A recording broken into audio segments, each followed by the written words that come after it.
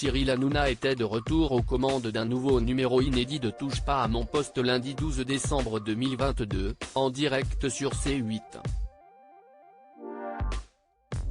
Entouré de ses habituels chroniqueurs, parmi lesquels on peut citer Guillaume Janton, Mathieu Delormeau, Gilles Verdez, Delphine Vespizer, ou bien encore Géraldine Maillet, l'animateur est revenu sur toutes les actualités qui ont fait la une durant le week-end écoulé.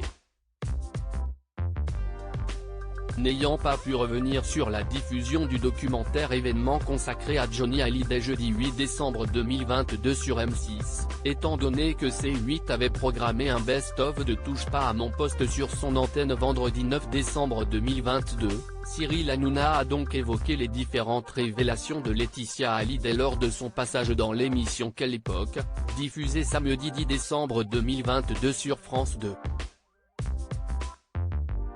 Face à Léa Salamé, celle qui a perdu son mari il y a maintenant 5 ans, a expliqué que Johnny Hallyday lui avait laissé beaucoup de soucis, car il est mort avant d'avoir pu régler tous ses problèmes, notamment financiers.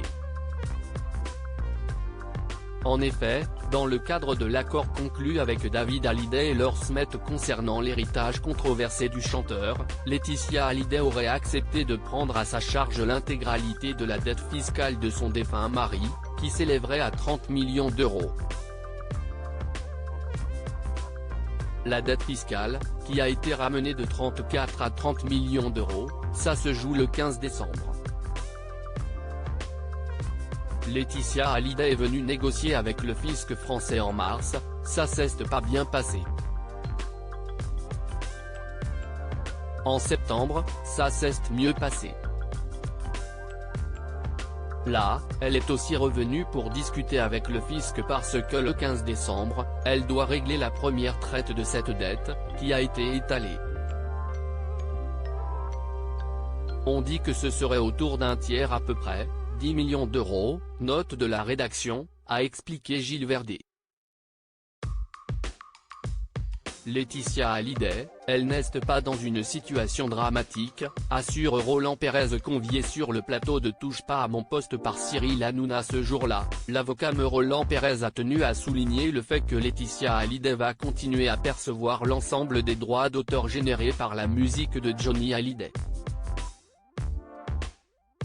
Elle est quand même titulaire de l'intégralité des droits musicaux qui sont relativement importants, a-t-il ajouté. Ça représente quoi ? Lui a alors demandé Jean-Marie Bigard, avant de préciser que Johnny n'était pas auteur, ni compositeur. Donc ça change tout. Il était éditeur. Il obtenait 50% des droits d'édition de ses chansons, lui a répondu l'avocat. Ça représente, je crois, a priori, à peu près 1 million d'euros par an, plus tout ce qui se fait autour de Johnny. Toute l'iconographie de Johnny.